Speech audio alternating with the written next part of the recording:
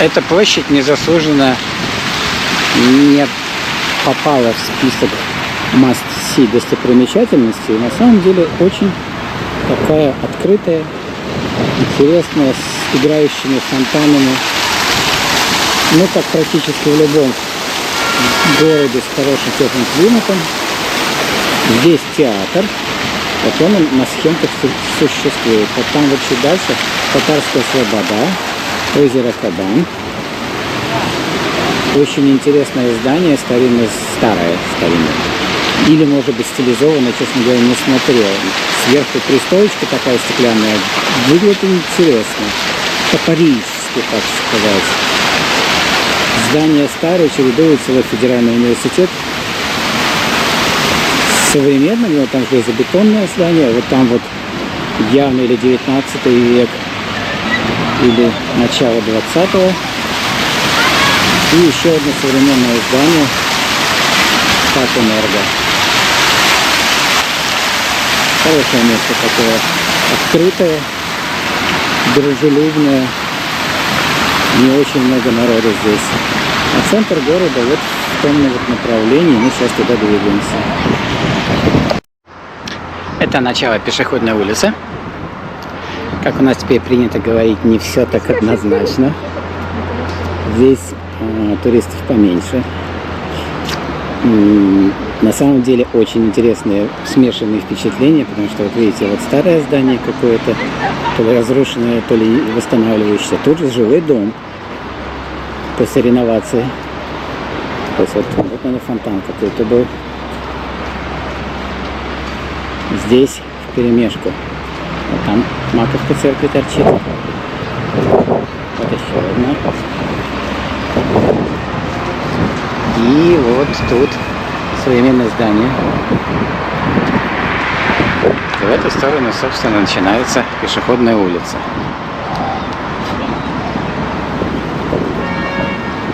Что это за объект? Не очень понятно, но и интересно. Наверное, тоже реставрируется. Дальше улица уже обычная. Там тоже идет какая-то стройка. Здесь вторая часть такой паркетки с фонтаном не работающим. Наверное, конечно, был бы здесь фонтан, было бы это все шикарно. Ну и какие-то скамеечки более облагороженные. Вот, пустые. Современное здание, скорее всего, тоже жилое. Какой-нибудь кондоминиум, там вот дом. Такой не совсем современный. И вот туда идет по улице. Она вот здесь одинаково сделана на всем протяжении. Посередине брусчатка, изображающую воду. Через нее перекинуты мостики. И справа, слева пешеходные проходы. Вот это вот дом предпринимателя. Здесь стоят машины Сбера. Напоминаю, это пешеходная туристическая улица, центр города. Там Сбербанк. Вот здесь торговый центр раз, вот там торговый центр 2, две больших гостиницы. Казань и Гранд Казань. Вот, так что мы сейчас двинемся в ту сторону к туристическому центру. Вот, кстати, здание туалета. Это тема, которую тоже не очень любят поднимать, но которая достаточно актуальна. Сейчас проверим, открыт ли он. Думаю, что нет, потому что это уже второй туалет, который обозначен, но закрыт. А вот на карте улица Петербургская. Армянская Слобода здесь располагалась во время Казанского ханства.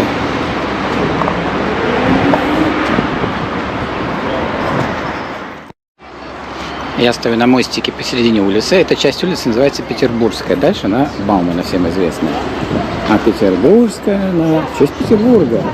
И отсюда вот это вот, особенно издалека, должно напоминать Казанский собор, оказывается. И фонтаны слева-справа, которые не рабочие, они тоже в честь Петербурга. В 2005 вроде бы году была реконструкция. И да, я пошел и проверил, туалеты открыты, чистые и работают. Вот. И здесь современное здание центра. Повторю, улица искусственно была восстановлена. Получается, уже почти 20 лет назад. Вот торговые центры. Побольше, поменьше. Кстати, вот тоже интересная штука. Прямо посередине улицы, за забором какой-то пустырь. Ну, страшно об лезвие раскрашенный забор, за ним непонятный пустырь. Скорее всего, тоже собираются что-то строить, но как-то, наверное, очень долго собираются. А вот здесь уже собрались что-то строить. Здесь прямо вот идет стройка. Вот это, судя по всему, кстати, старинное здание с интересным названием Sweet Hall, сладкая дырочка, где подают кофе и пышки. Это совершенно современное здание. А посерединке, я так подозреваю, это вентиляция метрополитена. Наверное. Надо будет потом почитать. Помпочки, фонарики. Скорее всего, вечером работают. Надо будет тоже проверить. Вот, идем дальше. Все знают, какой у нас главный признак того, что ты находишься в туристической части. Правильно. Ресторан национальной кухни. Раз. Гостиница и ресторан. Два. Вот там гостиница. Три. Гранд-отель Казань. 4. И тут же затесалось Министерство спорта Республики Татарстан. Отель Европа. Опа-опа. Красивая Европа. Дальше будет Польша. Широкая улица. Пешеходная, широкая, красивая улица. Даже не знаю, чем сравнивать. Наверное, Баумана и говорят, похоже на Арбат. Эта часть на Арбат не похожа. Возможно, похоже на пешеходную улицу Баку. Там тоже такое вот соревнование современности и каких-то старых зданий. Но там больше жилых и огромные небоскребы. Здесь таких меньше. Чак-чак и точка. Креативная реклама. Чак-чака. Все поняли. Мостик. Опять-таки, вот тут вот за забором красивым у нас парковка автобусов. Пешеходная улица туристическая, сейчас Петербургская заканчивается, а там еще Собранная. Но в любом случае это как бы пешеходная улица и вот автобус.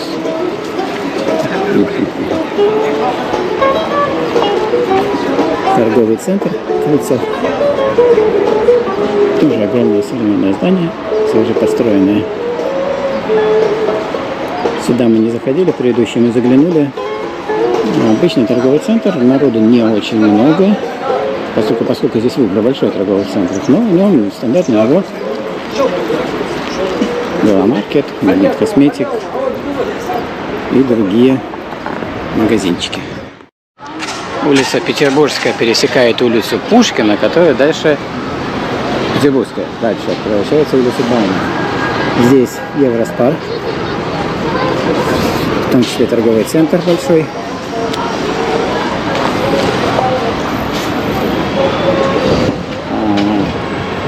Там вот прям очень знакомый логотип кофе. Бинхарст кафе. Может, я что-то не знаю. Ну, прикольно. Тоже очень такая своеобразная мешанина стилей, времен и направлений. Вот это здание торгового центра метро, вкусная точка, курган, современные строения, какие-то купола, движение, автобусы, троллейбусы, экскурсионные, двухэтажные, гостиница. Вот честно, я не знаю, мне кажется, что это здание 19-го, начало 20-го, но что-то неуловимо смахивает на сталинский ампир. И, возможно, я ошибаюсь. Возможно, какие-то здания сильно старые, а какие-то были достроены, перестроены или стилизованы под них. Но, в любом случае, вот кофешоп компании, венская кофейня, здесь все четко. Сейчас пойдем через подземный переход.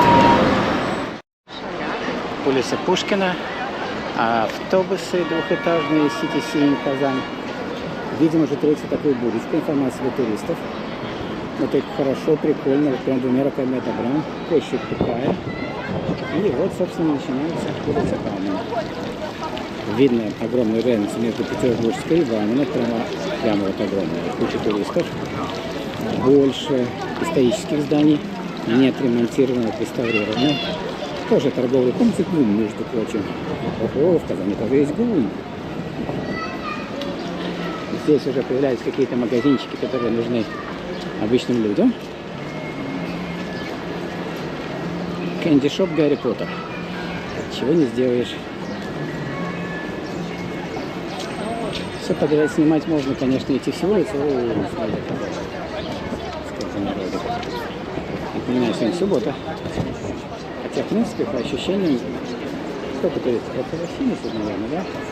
Но вот кажется, да, что здесь сплошные туристы, есть ярко выраженные, да, с копейками небольшими. По-татарски не говорит практически никто, какие-то молодые люди, которые явно учатся в медресе, по внешнему виду видно, и они как бы, да, красиво. Оно тоже современное здание. А здесь прямо вот колокольня обзорная, на которой все поднимается. Просто горочка наверх. Очень красивое здание, паломчики.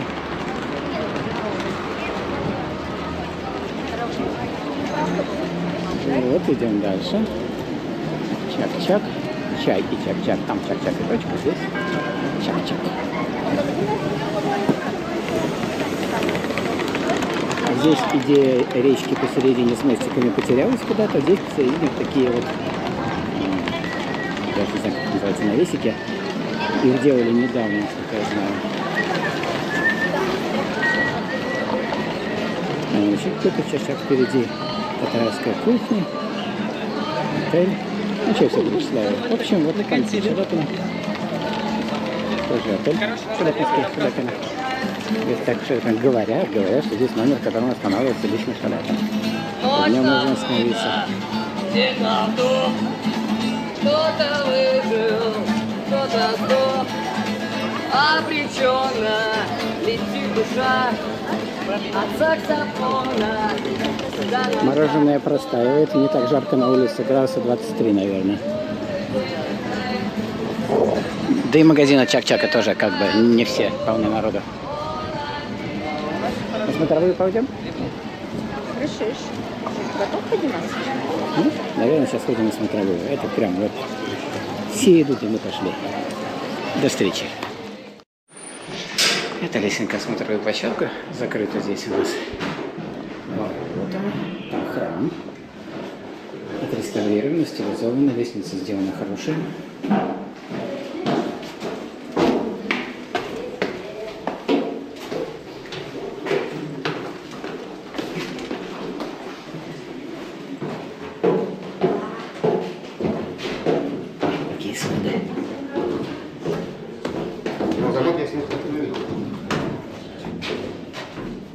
Что-то мне подсказывает, что раньше лестницы здесь не было. Ой, осторожно, голову говорит.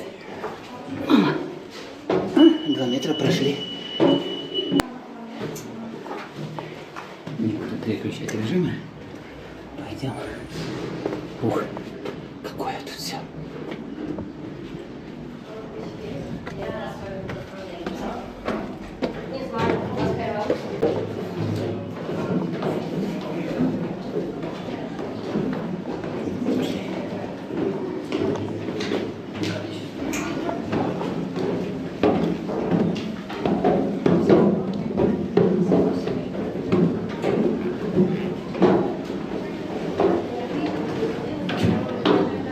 Долго еще? Половина, наверное. Ох. Чуть больше даже. Там будет веселее, было тут проспекты. Понятно.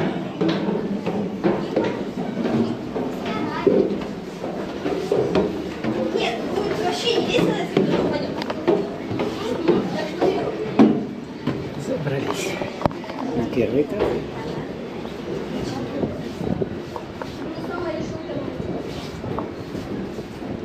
Гостиница Шаляпин. В другую сторону посмотрим. Ну, здесь такое себе. Вот какие-то стеклянные крыши. Смотреть надо. Даже теперь ногами больно чувствуешь, как локоть и все остальное.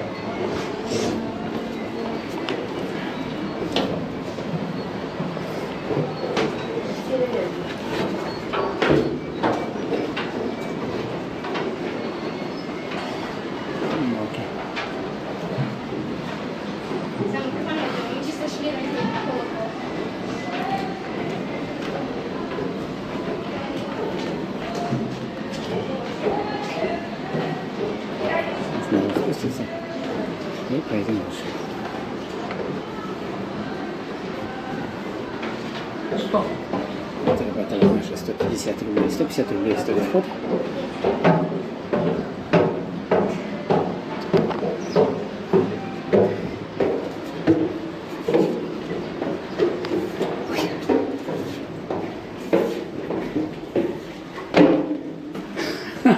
Вот это мне нравится.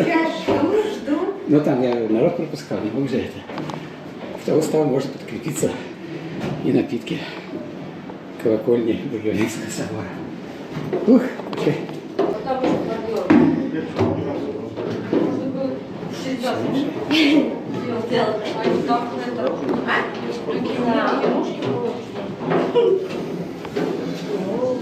это. Да.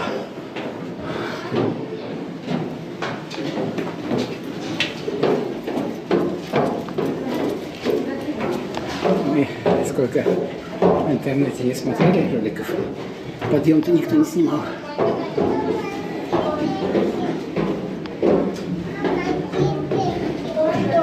Ух.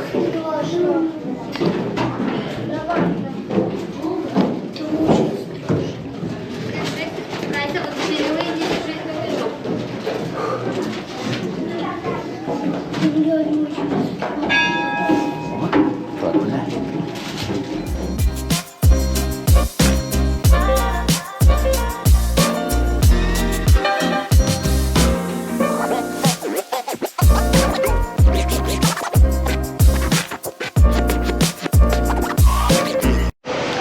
Небольшой лайфхак для путешественников.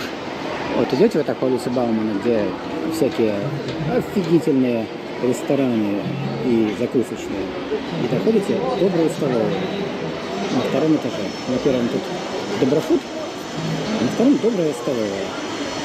И на двоих суп, 2 супа. Второе салатик, компот, все как положено в добрые советские времена, 600 рублей. Фотки и чек вы уже под видео.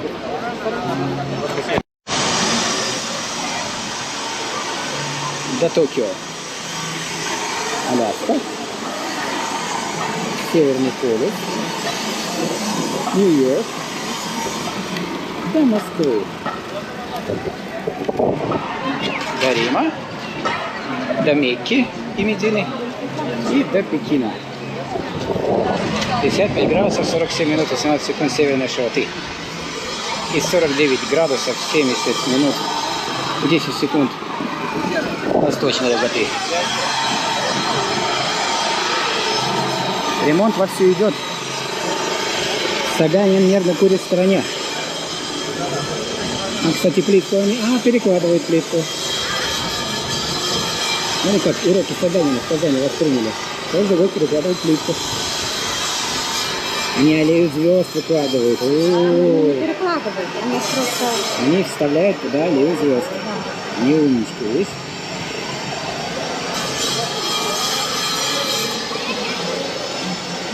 Скамеечки покрыты полиэтиленом, чтобы на них пыль не летела. И столбики. И столбики покрыты полиэтиленом. А урны не покрыты полиэтиленом. И столики не покрыты полиэтиленом.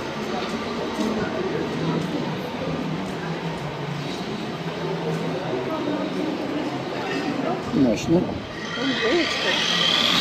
Да, плитка хорошо живет.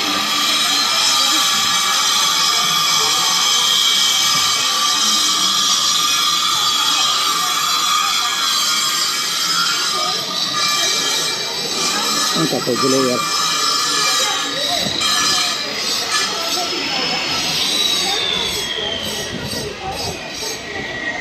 Казанский академический театр.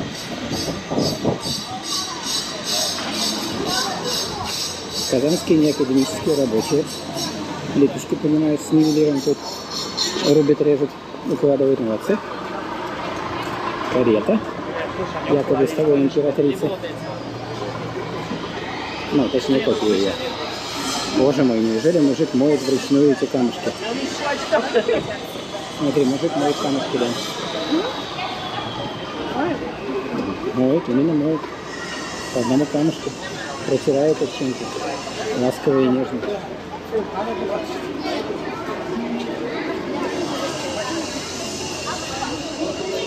Музей иллюзий. Куча детей, совсем не иллюзорных. торгово-развлекательный комплекс. Ну, как же без этого? На исторической пешеходной улице. И еще один дом современный втиснули. Вот это вот хостел в таком стареньком домике с настоящими дверями. Походу реально двери вот прямо вот, ну ручки тоже, точно. Двери похожи, вот настоящие, смотри какой орнамент.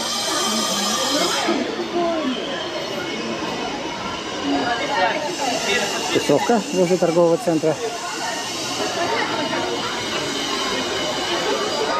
Что-то какие-то тут непонятные ремонтные работы нынче идут. Прям усиленно со всех сторон. А, да, здесь же открываются игры БРИКС 12-го. Бог ты мой. Всему всегда надо знать подоплеку. И, конечно, вот такое вот показать нашим гостям.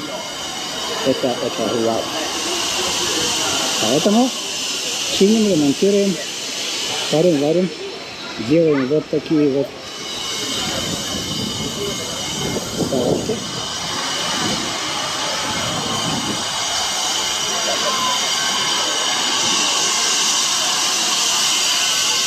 Вот полностью переложили площадь, прямо видно. Смотри, какая плитка интересная, камушки. Видишь? Не прямоугольные, а такие вот. И здесь все новое. Здесь все новое. Здесь все новое.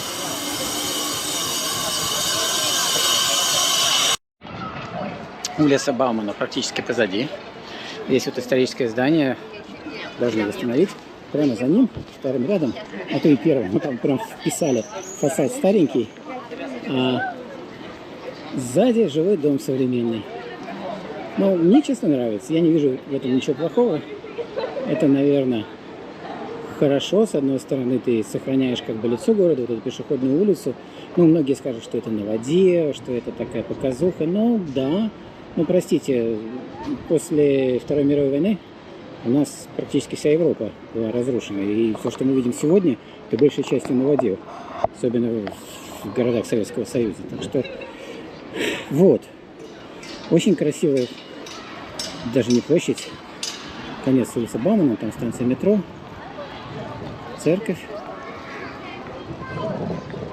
Мы не сосредотачиваемся на каких-то там определенных объектах. Нам интересно, опять-таки, ощущение, тем более первый день. Здесь, наверное, тоже что-нибудь построят. Судя по всему, что-то снесли. Не закрашивают граффити. Молодцы. Вот. Вот такое перепутье. Народу чуть меньше. Улица продолжается. Вот уже Кремль виден. Там какое-то советское здание, судя по всему, учебные или рабочие корпуса. Тоже все рядом.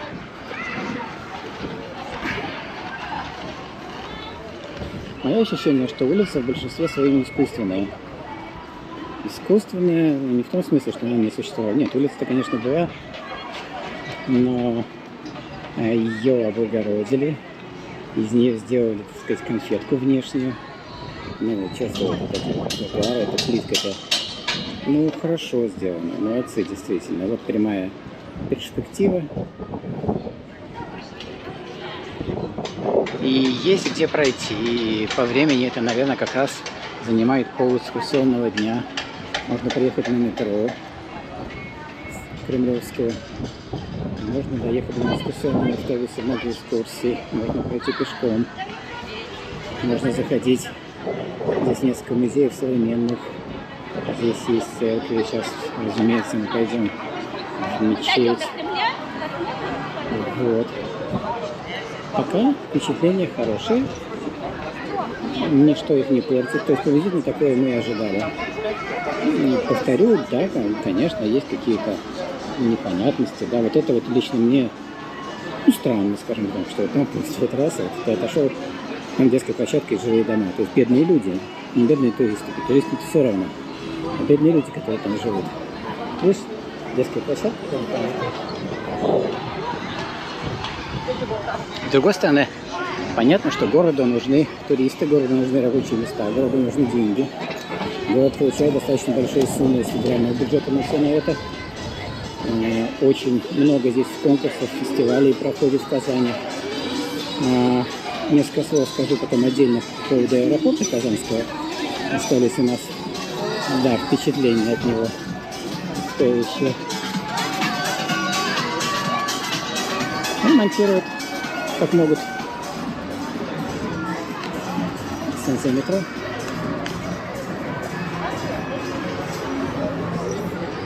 И, кстати, много учебных заведений в центре. При том, что вот есть известный город хай-тека, айтишный, тоже с университетом, но Академия наук Республики Татарстан. Хорошо. Рядом с Кремлем, прямо в исторической части. Прекрасно. Прекрасно, очень хорошо. Кстати, много мусорных баков. На карте, кстати, обозначены туалеты, я уже про это говорил. Здесь, честно говоря, не обратил внимания, если на данном. Мы заходили в столовку, там воспользовались, но надеюсь, что да. И вот мы прошли пешеходный маршрут. Здесь тоже ремонтная работа.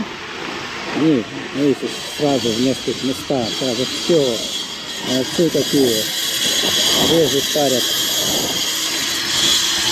Молодцы. Вот. Об этом сейчас отдельно будет.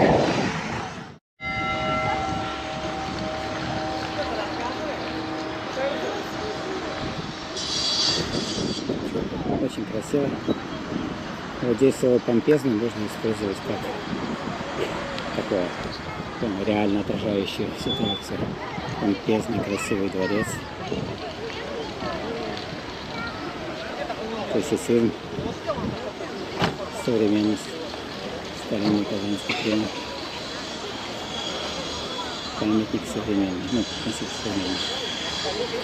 Арена огромная.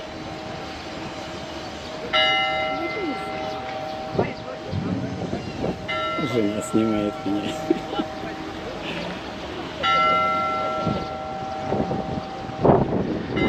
Масштаб. Кремль пойдем чуть позднее, сейчас обходим вокруг.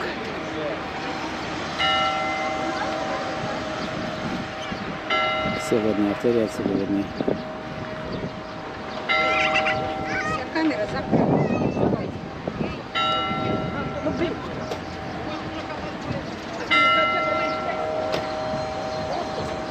И зелень. Вот это удивительно, когда у тебя старинные здания, и между ними или сохранено, или специально высажено зеленое насаждение. Хорошо, красиво. Под таким ракурсом мне Казань нравится. То вот смотришь, опять-таки на YouTube все эти обзоры, народ, смотрите, какой Кремль, мы, конечно же, пошли туда. Ну то что, пойдем? Ну, не конечно же. Нам нравится гулять и смотреть, как это стоит. Красиво. Казанский Кремль с обратной стороны. Тоже современное здание рядом, красивый.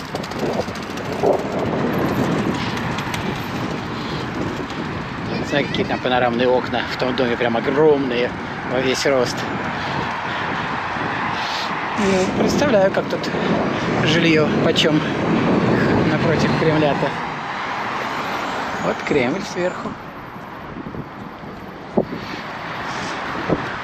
Кто был в Пскове, в Новгороде, ну, даже под Питером, видел такие Кремли.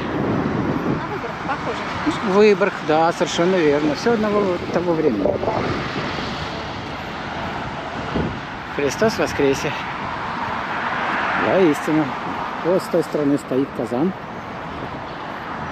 И я не шучу, он называется Казан. Там дворец бракосочетания, смотровая площадка на той стороне.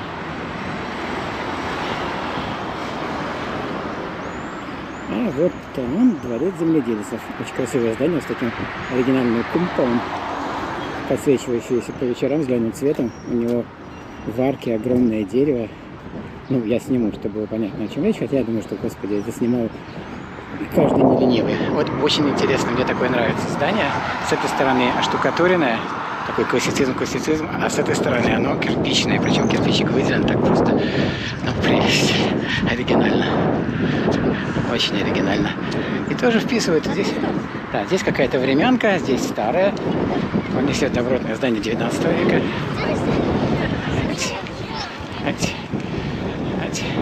Дорожки, кстати, новые, разметка новая. А оградка непростая. Щит и меч тут, понимаешь. Какое-нибудь, наверное, военное ведомство. Снова Крым с обратной стороны поливают. Дождика мало, поэтому у нас тут капельный полив. Украшение, так сказать.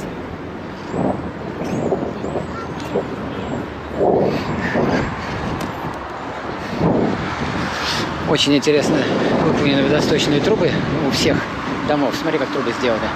Наверху, видишь, как они? Короной? Да, короной, потом она суживается. И здесь парк. Еще раз повторю, очень зеленый центр. Нет такой кучной застройки. Это башня старинная торчит. Нет кучной застройки.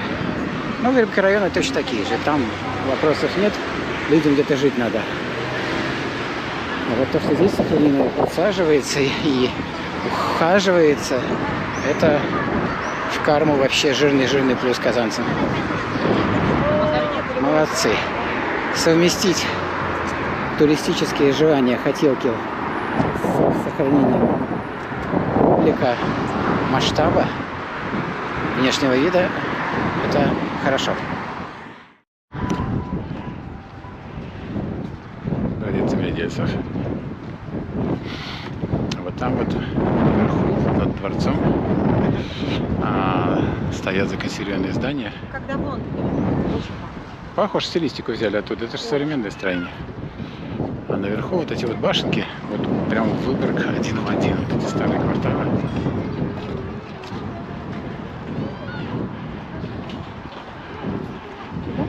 Да. Вот снова отсюда видим Кремль, мечеть, собор.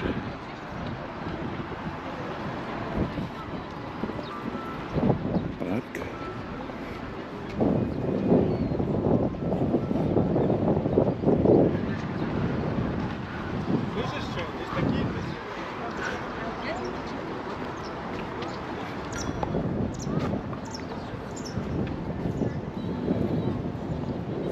Грифоны сидят сверху. Не грифоны. Их львиные морды. И грифоны. Не разбираюсь. Смотрите, везде есть скамеечки, везде есть урны. Никаких проблем нету у казанцев чинить скамейки, закрашивать, если кто-то что-то на них нарисует, убирать мусор. У каждой скамейки стоит урна. А скамейки стоят каждый, ну не знаю, 20 метров. Встал, сел. Все как надо.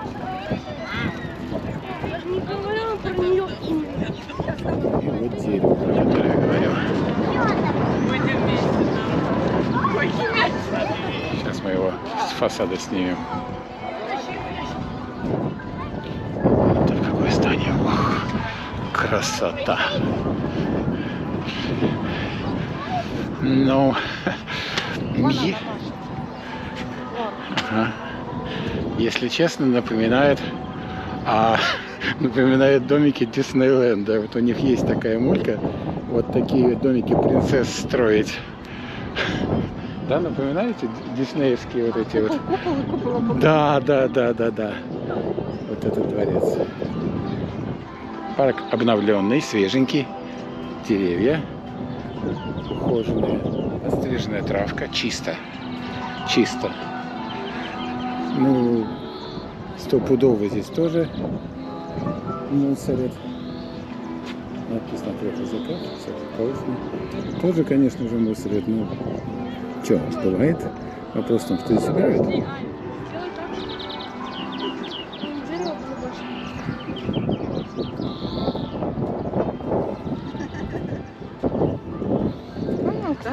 Да. красота. Просто красота.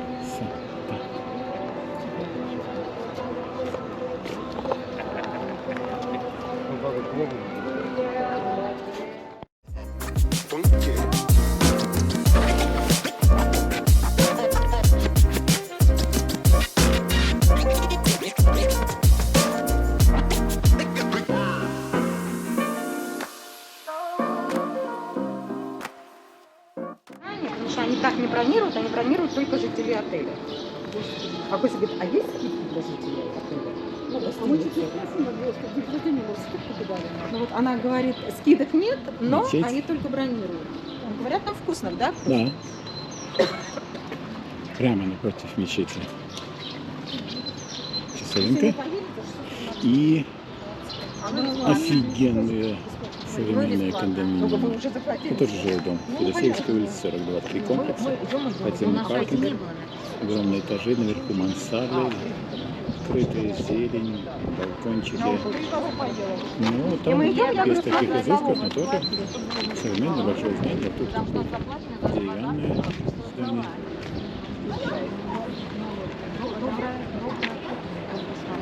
Прямо она в центре, прямо на тротуаре. Очень даже клево все.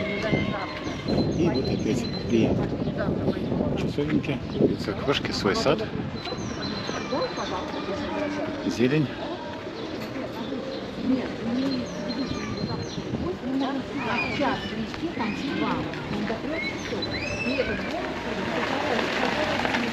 Там вот то ли теплица, то ли что. Мечеть. И рык. Фермерские колбаски, мороженое, бабай-чай. Бабай-чай. Это тоже Казань. Мы отошли от центра, наверное, минут 10. Вот такая улочка. Без туристов, без людей местных. Несколько заброшенных зданий. Хочется надеяться, что их приведут в порядок.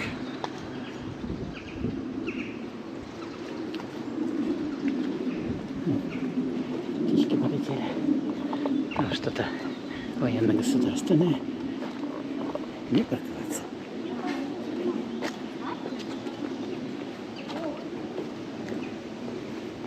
Музей Льва Николаевича Толстого. Ни больше, ни меньше. Тут почему-то... Поляну нет? Почему-то по предварительной записи, видишь? Посещение музея по предварительной записи. Это какой-то частный музей какой-то непонятный.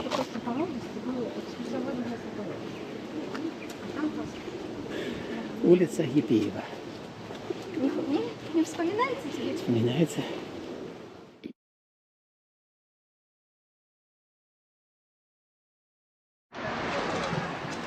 И вот это тоже Казань. Православный храм. Классика. А вот там прям маленькая Италия или Франция. На берегу озера. Домик такой. Купола церкви торчат. Я еще не знаю, почему это было на машине. Озеро видно же? Озеро. С той стороны рынок.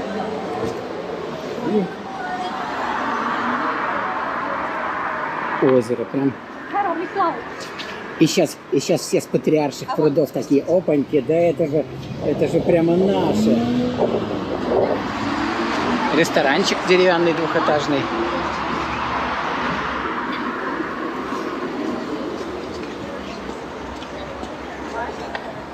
Смотри.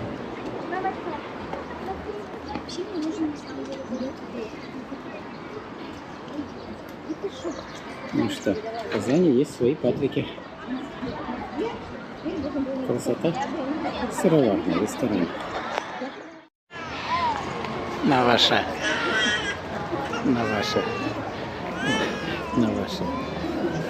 Мнение.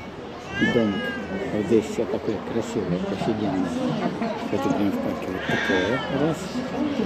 Это вот те самые казанские Патрики. Рядом. Офигительные новые дома на той стороне. И вот. Блин, вот такая заброшечка. Прекрасный парк, вообще вот все хорошо. Но вот такой дом. Это Казань, детка. Наверное, это настолько как бы всем уже привычно, что ли, что никто внимания не обращает, кроме туристов. А тут все такие, вау, это что? Вы бы нам что-нибудь там маякнули бы. Я говорю, что сказала, он сказал, это велодорожка. Когда мы зашли, понимаешь, я сама же круг. Гранитные ступеньки красивые. Чисто казанская штука. Вот абсолютная классика, окна модерн. А наверху стоит полумесяц на балконе. А рядом вот такое вот здание. Тоже классика. Это улица Горького. Сад Ленинский. Там был парк Черного озера. Вот. Почему он Ленинский? Очень хочется надеяться не в честь вождя, а Ленинский в честь какой-нибудь Лены. Но думаю, что первая версия более правильная. И когда-то великий вождь удостоил своим именем этот парк.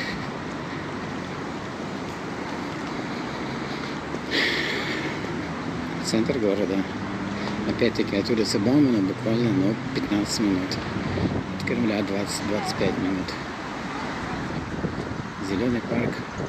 Красиво, ухоженно, пострижено, чисто. Скамеечки стоят. Скамеечки такие влюбленных с сердечками на спинке. Цветочки, ухоженный фонтанчик. Не работающий, но красивый. Казанский ФУ. Философский университет, финансовый, наверное. Посмотрите, какая скамеечка, какая у нее спиночка. Есть такая скамья в этом А, отеле, да? там скамья примирения. Чтобы Скатывались друг к другу, понятно. Пролетарии всех стран, соединяйтесь. Время системы знания. Вот. Офигеть. Маркс, Ленин. Ленинский. Я был прав. Все-таки это Ленинский. Здесь большая история. Раньше это был сад Николай. Ух ты, а там что-то вот прям фонтанчики какие-то сварятся.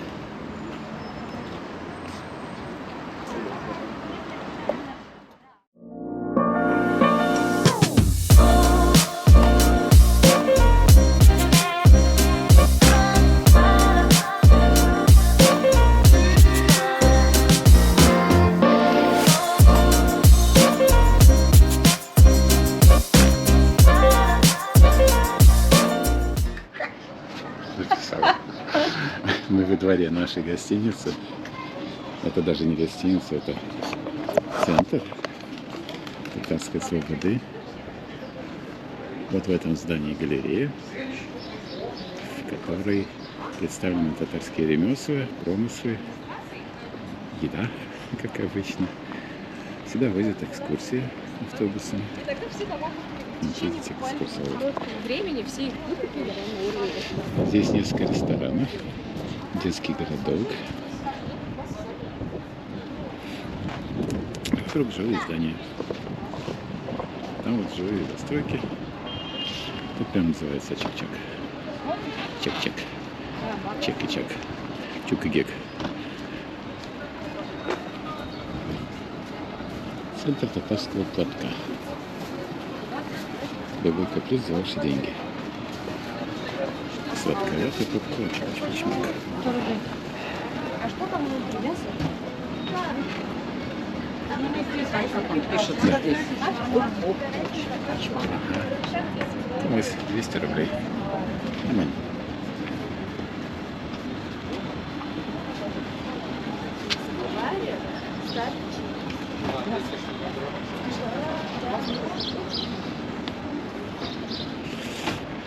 Вот это татарская свобода. То есть это, на сегодня, скажем так, все-таки больше стилизованная деревня, где в свое время, много-много лет назад, жили, и живут сейчас татарские семьи.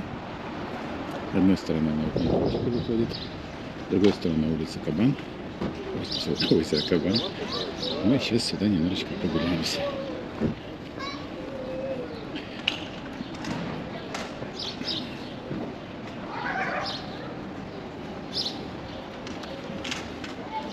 говорят,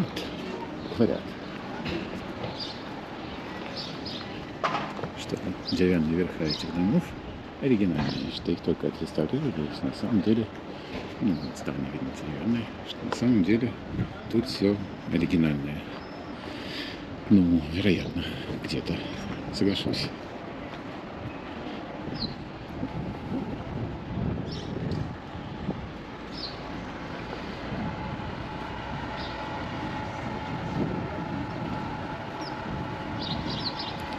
Опять-таки специального вопроса тут не изучал. Не могу сказать точно, но красиво. Стилизованно, находишься в деревне. Ну, тут же турецкое кафе, почему нет? Чак-чак сувениры. Вот этот дом, да, похож на оригинальный. Уж как-то глубоко зарылся в землю. И как-то уж очень по-натуральному.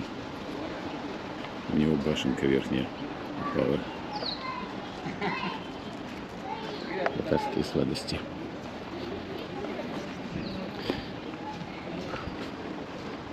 Там, повторю, современные дома, вот этот дом современный.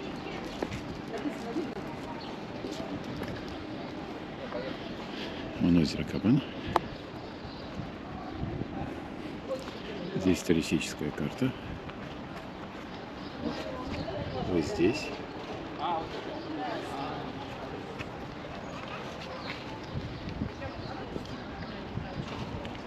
Усадьба, татарская школа, площадь, музей татарской свободы. Раз, два, три, 4 мечети.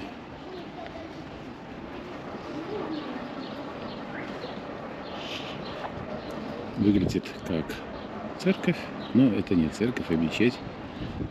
Это можно увидеть по полумесяцу на, ну, наверное, нужно назвать это минаретами на башенках.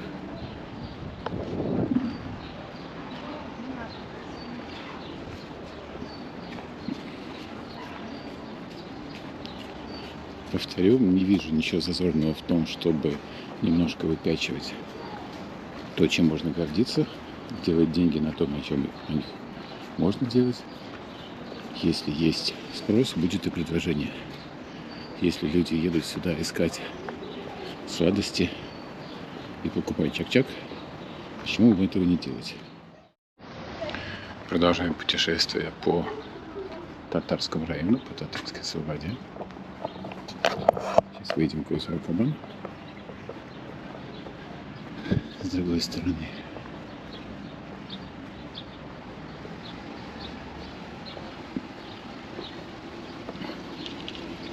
Еще раз повторяю, район исключительно туристический.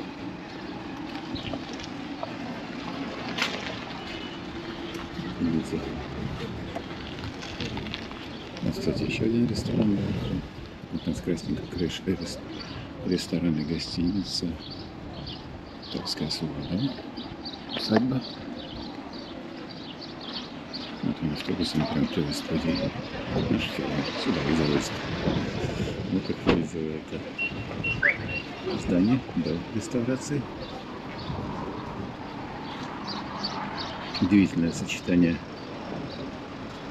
Первый раз вижу мечеть, построенную по абсолютным канонам нерелигиозного общества. Вот. Деревянный верх, каменный низ.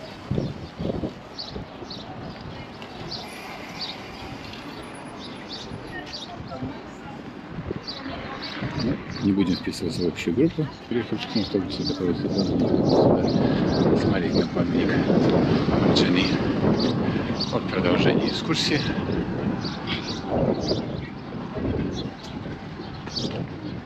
Давайте прочитаем, что на домике написано. Объект наследия 1723.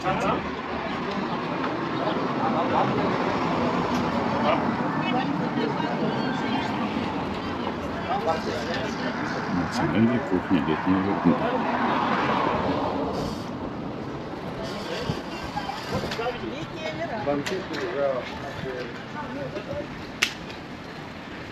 Объект культурного наследия 1786.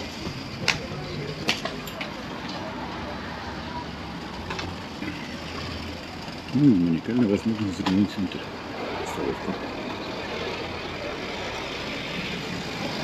Это реально столовка. Простая, без изысков. Вот цены. Эспрессо 180. Цены нестандартные, ниже, чем по городу. Мы вчера немножечко офигели, увидев кофе за 270-250 рублей, причем не кофе. Кофе. Цену на кофе посмотри. Вот столовка, посмотри цены, которые там на это. Берлинский кебаб. Ух ты. Сегодня воскресенье. О, ну вот, наконец-то, после центра исламской культуры я вижу что-то связанное с исламом. Центр изучения Корана.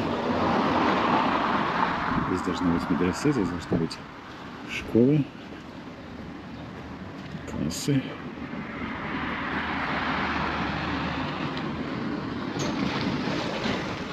Многоэтажный комплекс. Ну, одно другому не мешает.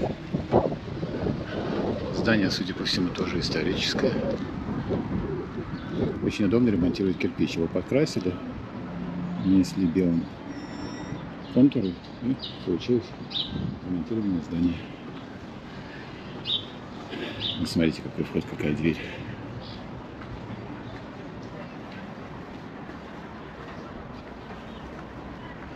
И вот уже непонятно, или это современное здание, просто стилизованное. Ну, скорее всего.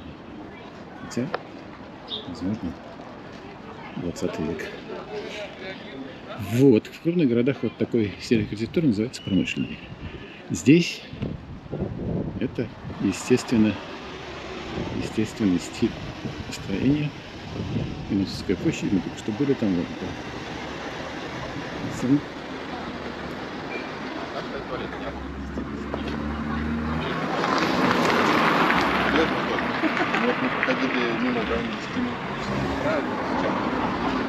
мануфактура.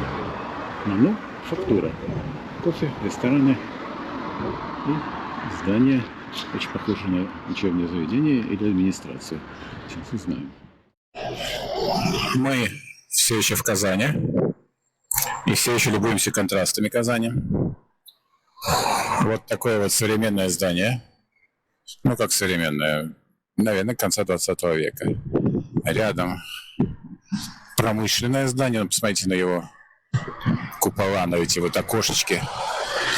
Рядом небольшой парк, сад, как хотите называйте. Деревянное здание.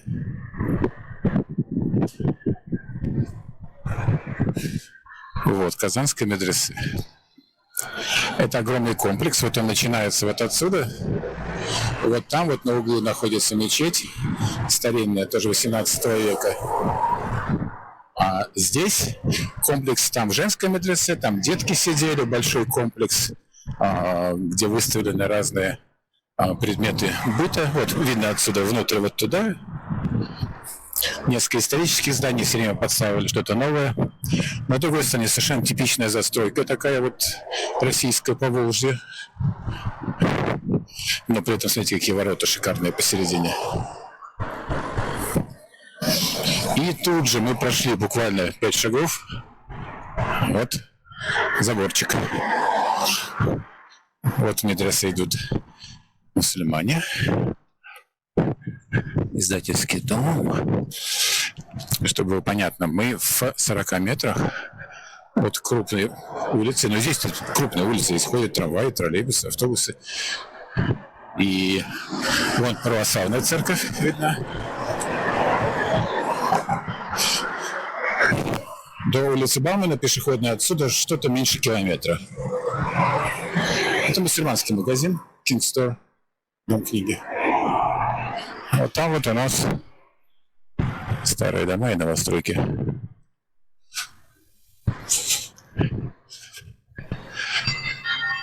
Вот, воскресенье.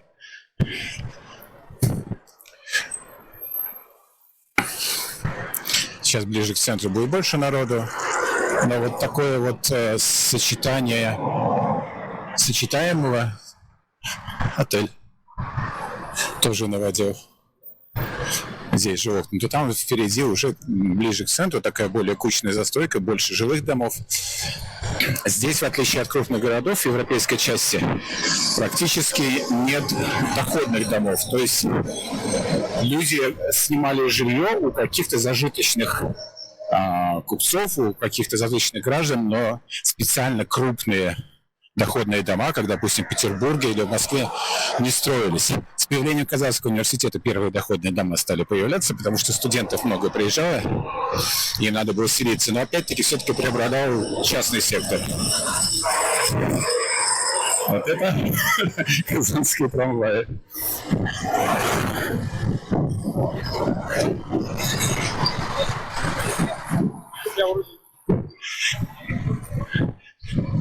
Очень интересный город для человека, который приехал из крупного города, из Москвы или из Питера. Наверное, люди, приезжающие из Поволжья, из других городков, видят здесь все то, что и у них. Ну, может быть, в другом ракурсе, в другом разрезе. Каждый город, он неповторим. Но с точки зрения там транспортной инфраструктуры, какие трамваи, троллейбусы на улицах ездят.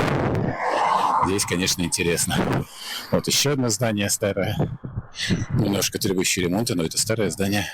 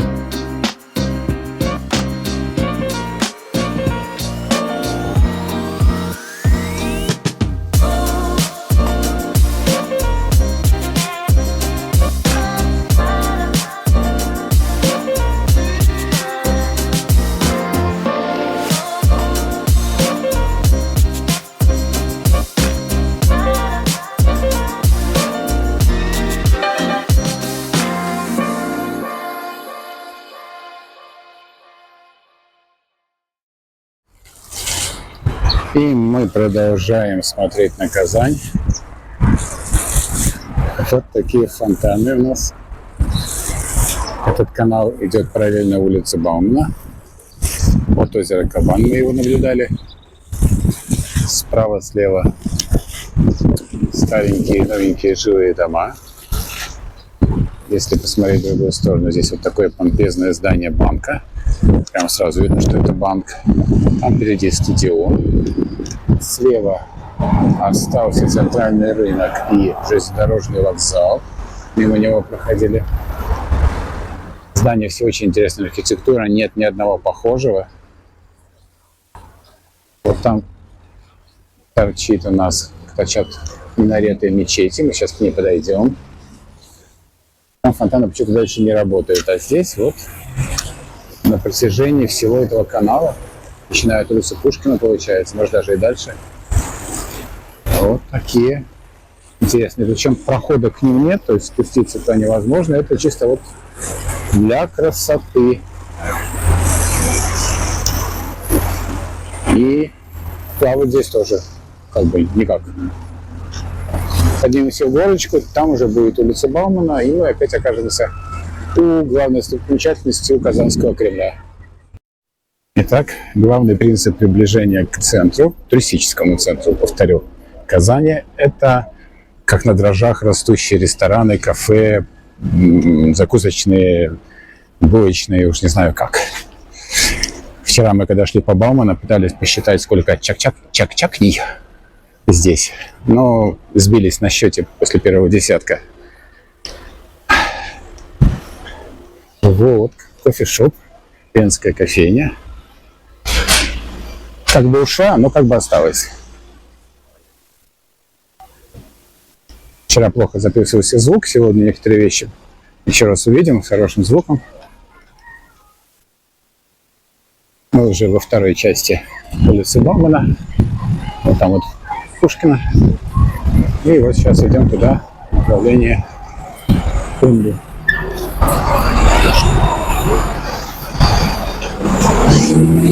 Здесь идет массивное обновление плитки мостовых,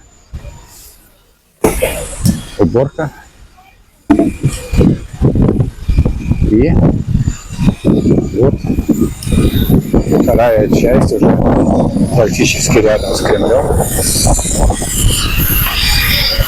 Хорошая проверка для выносного микрофона с такими шумами, с ветром, насколько он работает лучше, чем микрофон на камере. Я оставлю некоторые кадры того, что было записано вчера на непосредственно микрофон камеры. Черхана мархаба, мархаба, мархаба.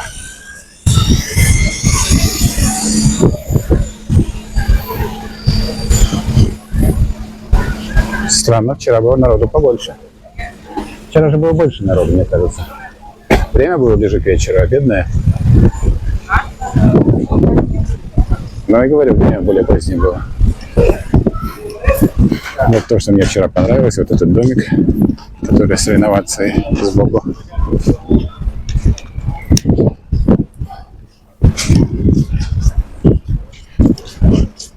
И медленно приближаемся к Казанскому Кремлю. Следующий репортаж уже будет оттуда. У нас еще вечерняя Казань, тут жена напоминает, снимем вечером пару кадров. Так мы подошли к Кремлю. Башня с часами.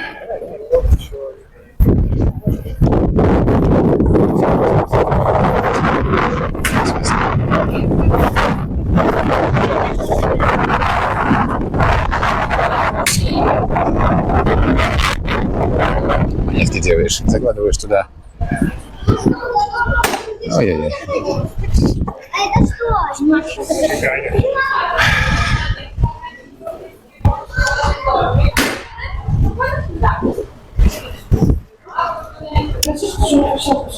Кремль. Как назывался крепость, куда мы ездили на корейский перешейк? Одна из первых русских крепостей. У меня опять из головы вылетела. А? В нем были 3 раза. Вот мы внутри Кремля. Напоминает Нижний по устройству.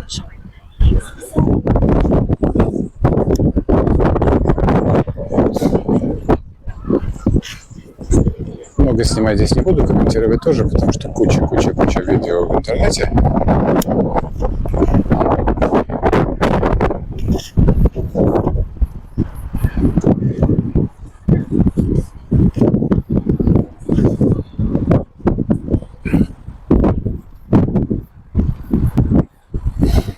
Процесс реконструкции, какие-то здесь конструкции. Я понимаю, что на галерее это не пускай, здесь стоят антенны и, как вы говорите,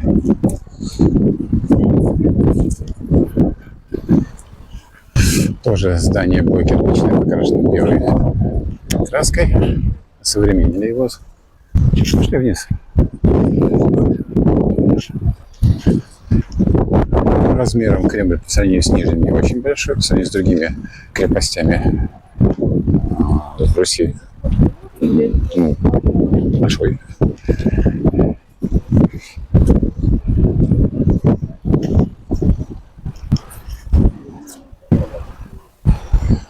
Двор присутственных мест.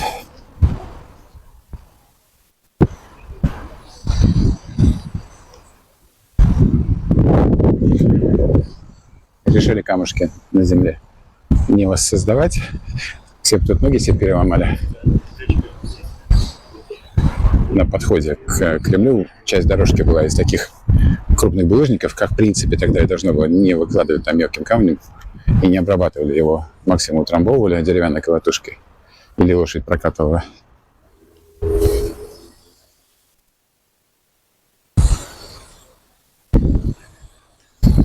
Такая часть, более старая.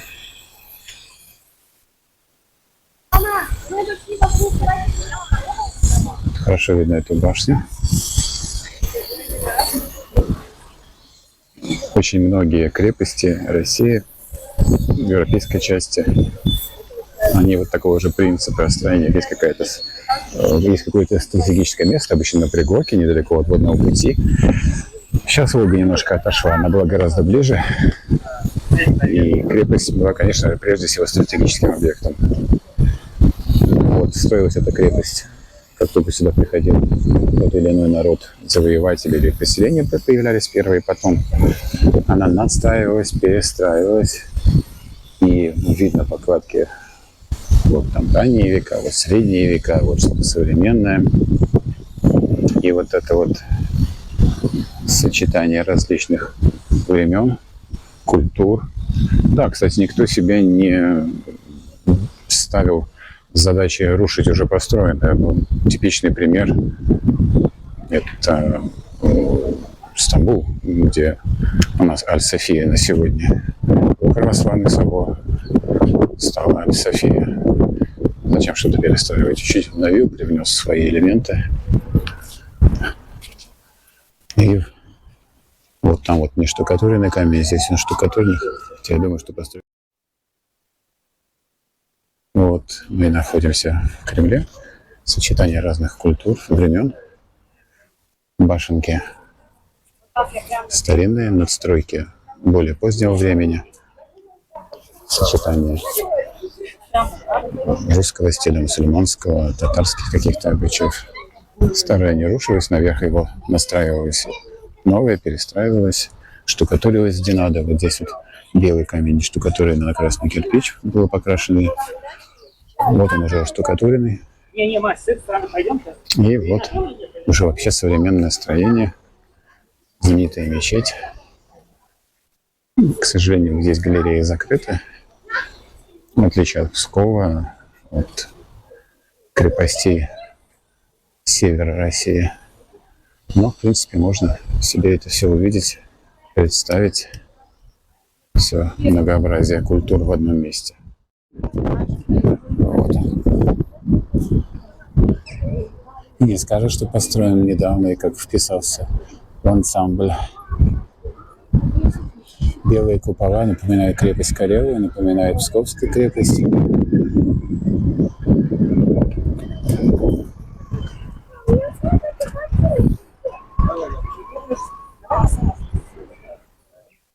Мы на стене.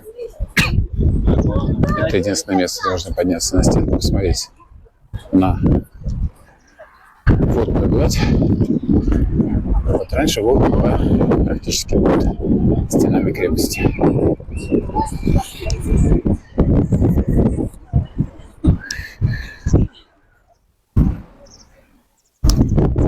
Деревянная установленная стилизованная башня.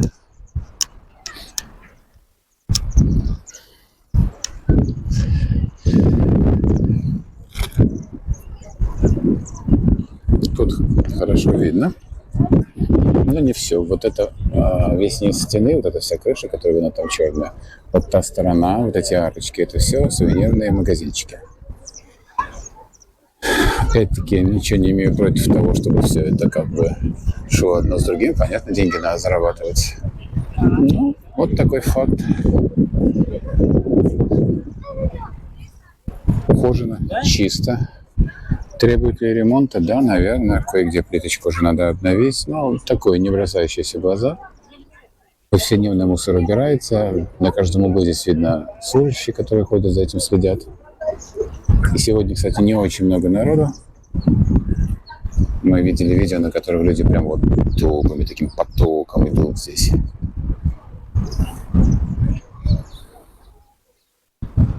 Честно говоря, не вижу, что еще тут сниматься.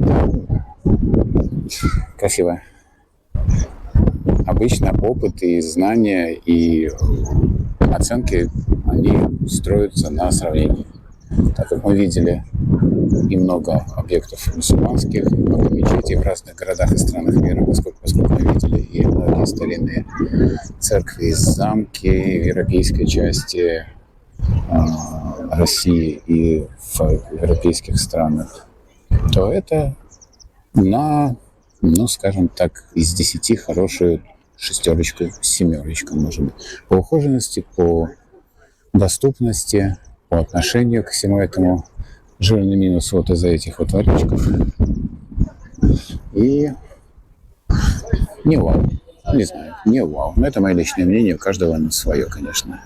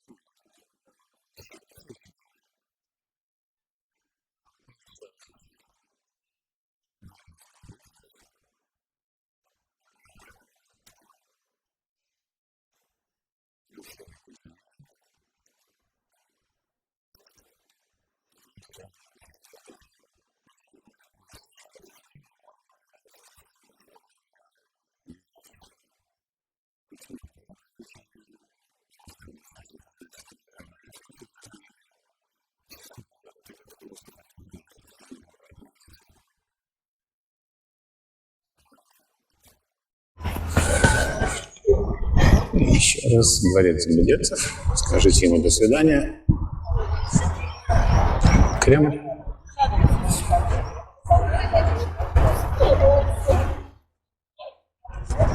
Башня, луна. На холмике частные домики. Это тоже частный домик. Чтобы было понятно. Вон там свет горит у кого-то. Или так окошко. Блин, опять эти туристы поднаехали. Не знаю, у кого тут разыгралось воображение. Дом, конечно, обалденный. Нечто среднее между Диснейлендом и лондонскими особняками. Тут тебе и атланты держат балкончик. Тут тебе и какие-то грифончики. Тут тебе и львы сидят. В общем, все, что только можно.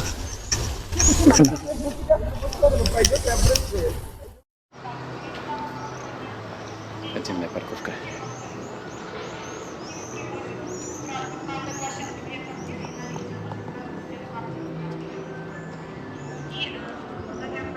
Самый такой известный жилец — это игрок нашей хоккейной команды «Акбарс» Станислав Иванов. Ну и как же без знаменитой Кремлевской набережной Казанской. Вот наша надпись «Казань», которая у всех везде. И тут 2-3 проезда проходят, 3, по-моему. Эти бетонные плитки, посерединке пешеходный. Так, уважаемые гости, сейчас тоже будет проходить в левой половине. Огни. Вот такая подсветка. Качельки.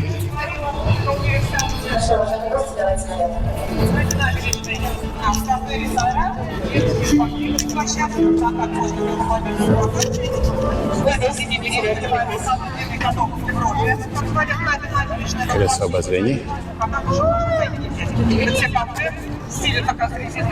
Казан напротив, чуть без подсветки. Пирс в ночное время. Ну и находится набережная на реке Казанки. Ширина реки в этом месте 2 километра. Уже сегодня трудно представить, что когда-то Казанка у нас была не более 100 метров шириной.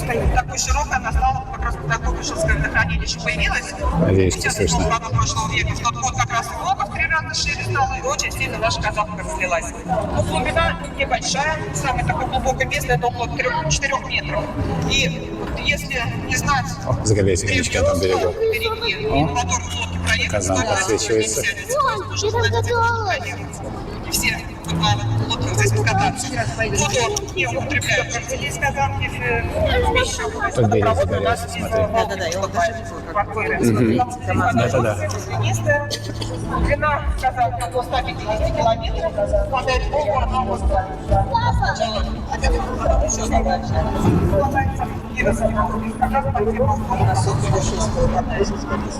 Я не очень хотела туда попасть. все набережные у нас показывают Казан. На новом планировании показывают. Знакомы нас показать. Пробую снимать на другую выдержку. Смотрим, насколько получится. Казан. Дракошки. Гораздо лучше видно.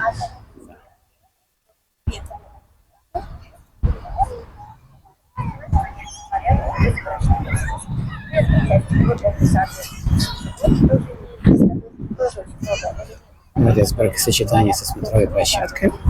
Он же Казан. Он же чаша. Он же ЗАГС. И вот эти вот дракошки, которые не дракошки, а какие-то татарские мифические животные, охраняют барак. На той стороне Казанский Кремль, мечеть. Шариф. Вас тоже сфотографировать? Вокруг жилые районы, вот там колесо обозрения видно.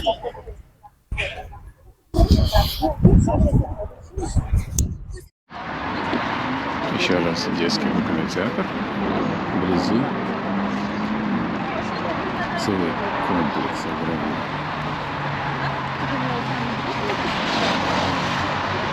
В этом что-то есть, потому что вспоминаю, допустим, питерский ТЮЗ,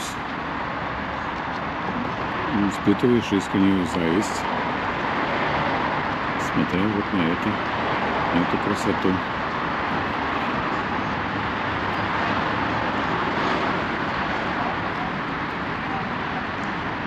Мне кажется, что именно таким и должен быть детский театр.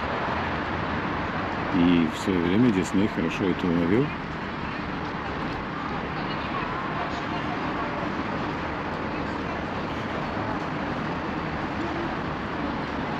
Сейчас поднимемся поближе, на второй этаж.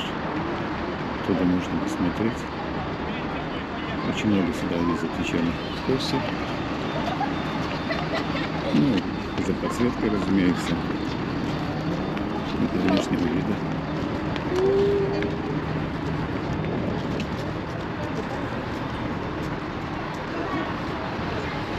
Даже арочки фасадные сделаны такие в арабском стиле, в восточном стиле.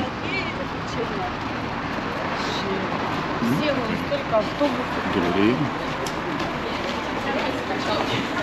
Театр кукол и кинет.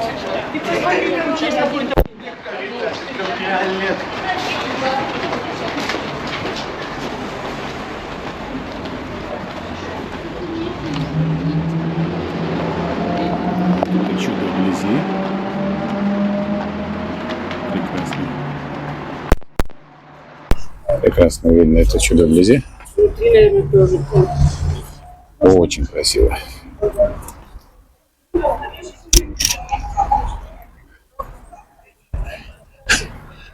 Маленький принц счастливый.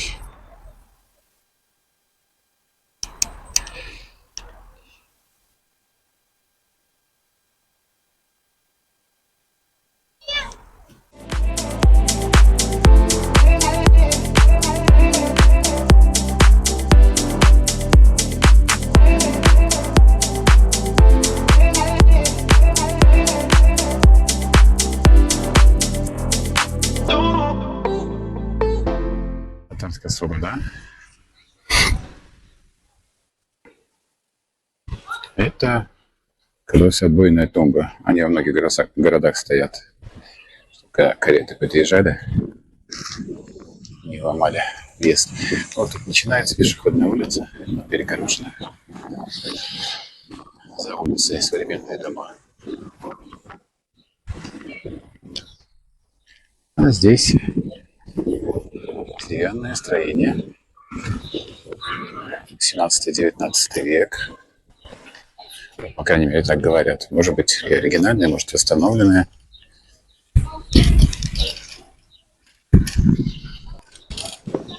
Вот так вот выглядит. Несколько подворий. В основном это дома, которые сохранились. Многие из них сейчас оформлены как рестораны, музеи, магазины, сувенирные. Ой, я, кстати, туалет.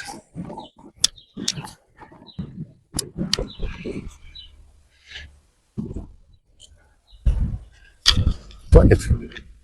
Туалет. Деревянное строение. Ну, шапочка лучше.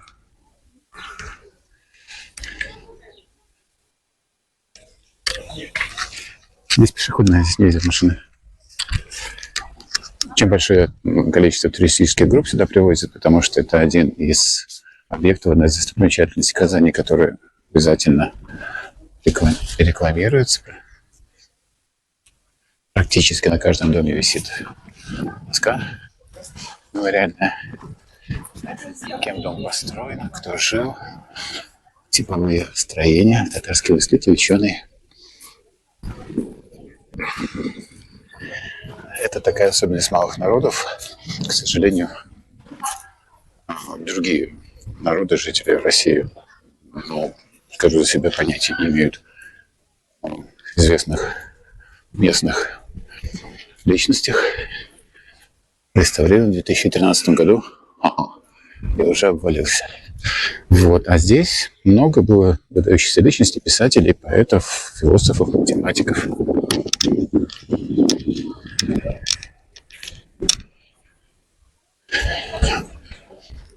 С этим домом не очень понятно. Судя по всему, немножко современный.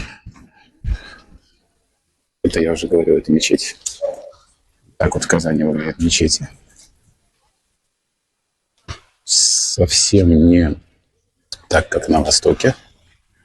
Видно, что там кирпичная кладка, а сверху все это покрашено, штукатурено. Причем цвета классические, желтый, белый. И только вот полумесяцы говорят о том, что здесь здание религиозного культа мусульманское.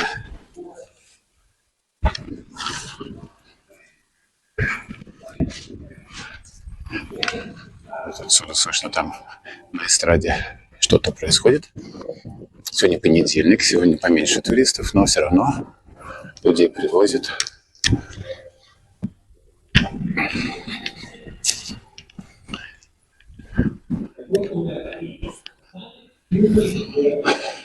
Это здание, судя по всему, 19 века. По-моему, там даже написано «Исламский торговый дом». У нас есть же как раз Объект религиозного назначения.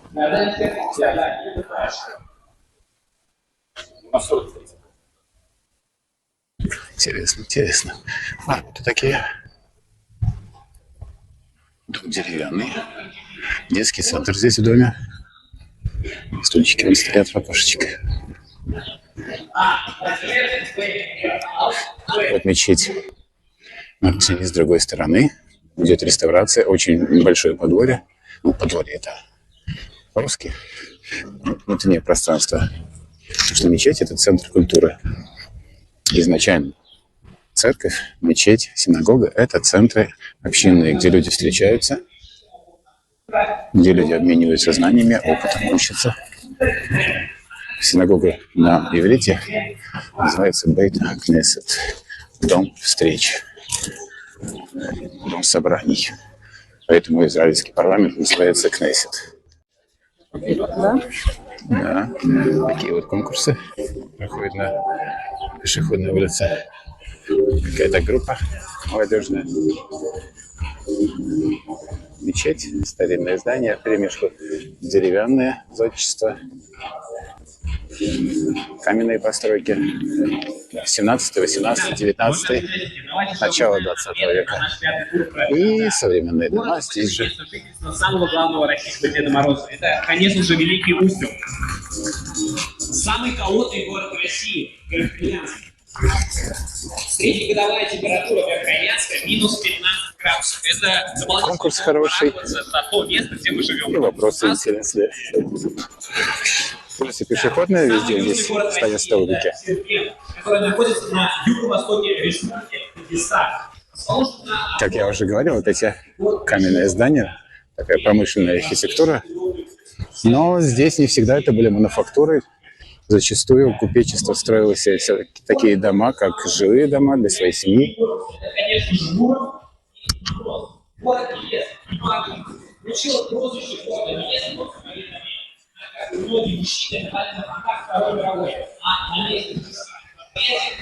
Очень много женщин. В процентном соотношении это было несколько раз больше, чем представителей сильного. Специально снимаю мостовую, чтобы было видно.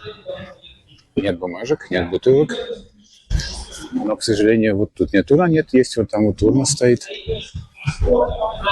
Чистота – залог здоровья. Наши с вами сегодняшние встречи.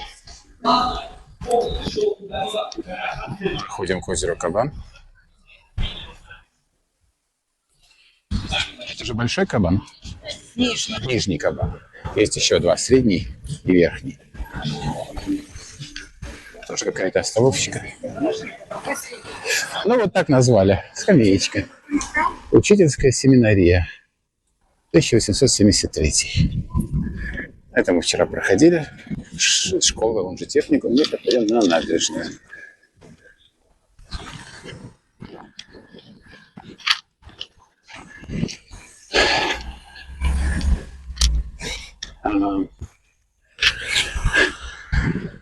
Как это? Всегда задаешься множеством вопросов. Зачем вот здесь вот камушки, а здесь асфальт? Если предположить, что вот это для пешеходов, то зачем на пешеходной дорожке стоит скамейка?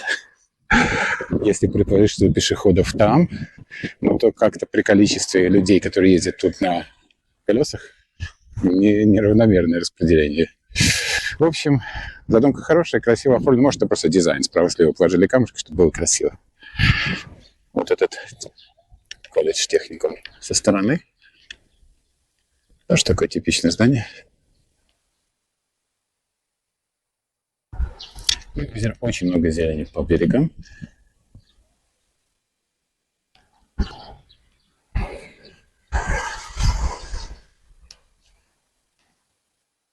В выходные дни и вечером здесь гуляющих гораздо больше. Сейчас жарко.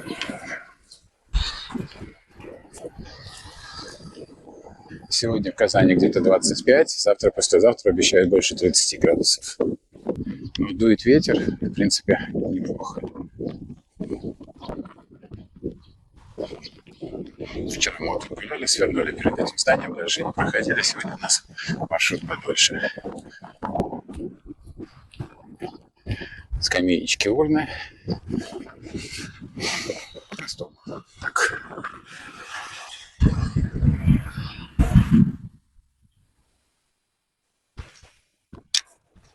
Озеро большое, на нем катается на катамаранах, я так вижу. Вроде бы там были и грибные суда. Сейчас их не очень видно. Они как-то, наверное, более празднично, что ли. Ну, кого что нравится.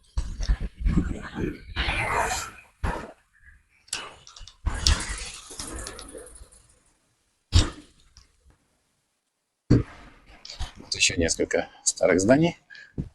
Это, скорее всего, тоже школа. или спортивное какое-то сооружение. Мы вчера были на экскурсии «Вечерняя Казань» и просто поразились количеству спортивных сооружений. Это вот школа номер 12, как мы выяснили. Вот от нее спортивный зал. Она соединена с спортивным залом коридором. И вот здесь вот классы учебные. И вот еще одно историческое здание прямо на берегу озера стоит. Такая достаточно типичная застройка. Каменный первый этаж. Бревенчатый второй этаж. Не знаю, мансарда, эркер, как это назвать правильно, с самоваром в окне. Рядом тоже не новое здание. Да, конечно. Вот спуск машины, приезжают люди тоже кататься. Там еще одна удочная станция. Нам экскурсовод рассказывал, мы сами читали, видели. Казань изначально была деревянная, ну, опять-таки, как многие города Поволжья. И в советское время было несколько периодов, когда правительство принимало решение о том, что старые, обветшалые, кое-где подвергшиеся пожару дома надо снести и построить что-то новое. Это одна из причин такой странной, ну, на мой взгляд, странной застройки, когда у тебя чередуются новые со старым, причем необъяснимым образом. Ну, вот видно, что это, скорее всего, был доходный дом. Один из первых. Рядом с ним тоже строение каменно-деревянное, законсервированное. Возможно, когда-нибудь его раскроют. Рядом с ним еще одно здание законсервированное. И с ним, похоже, какие-то работы велись. Вот крыша там обновлена, видно. И буквально через дорогу, мне кажется, что общежитие. Могу ошибаться. Вот прокаточная удочная станция. Здесь поменьше народу, потому что народ садится ближе к центру. Вот видно, тот берег очень хорошо. Еще одна мечеть с минаретом. Домики такие интересные. Смотри, как похоже, чуть ли не Европа, прям Голландия. Крыши треугольные. Тут вообще никого нет на прокат. Все идут туда.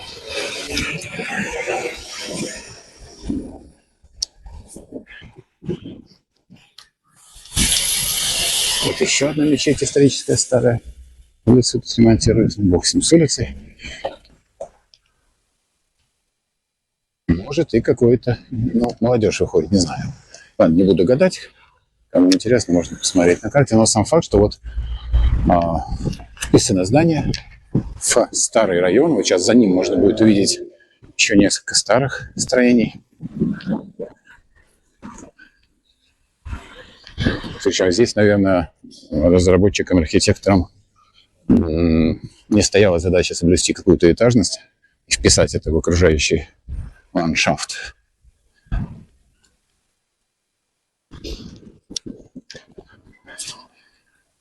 Что-то там, похоже, государственное, судя по флагам и красным полоискам.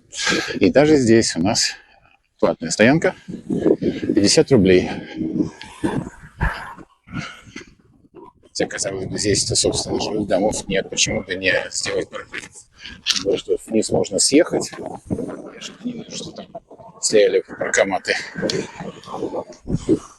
Вот. И вот это государственная инспекция труда в Республике Татарстан. Новая башенка инспекции труда и старое строение, примыкающее. Задаешься вопросом, там тоже кабинеты инспекторов, нет, там люстры висят. Это, походу, жилой дом. Просто вплотную к нему или построили, или одно из двух. Что это такое? С такой башенкой тоже что-то культовое. Это мне даже интересно, посмотрю сейчас в интернете.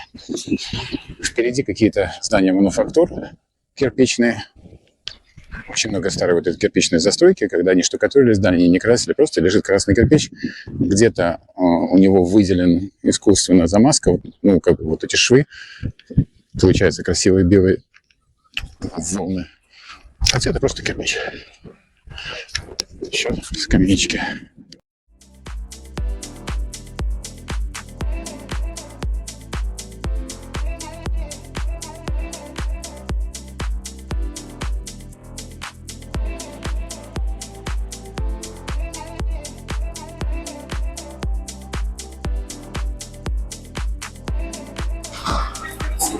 ЖД Северный.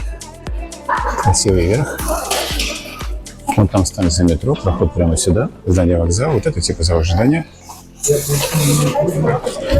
Лесенка.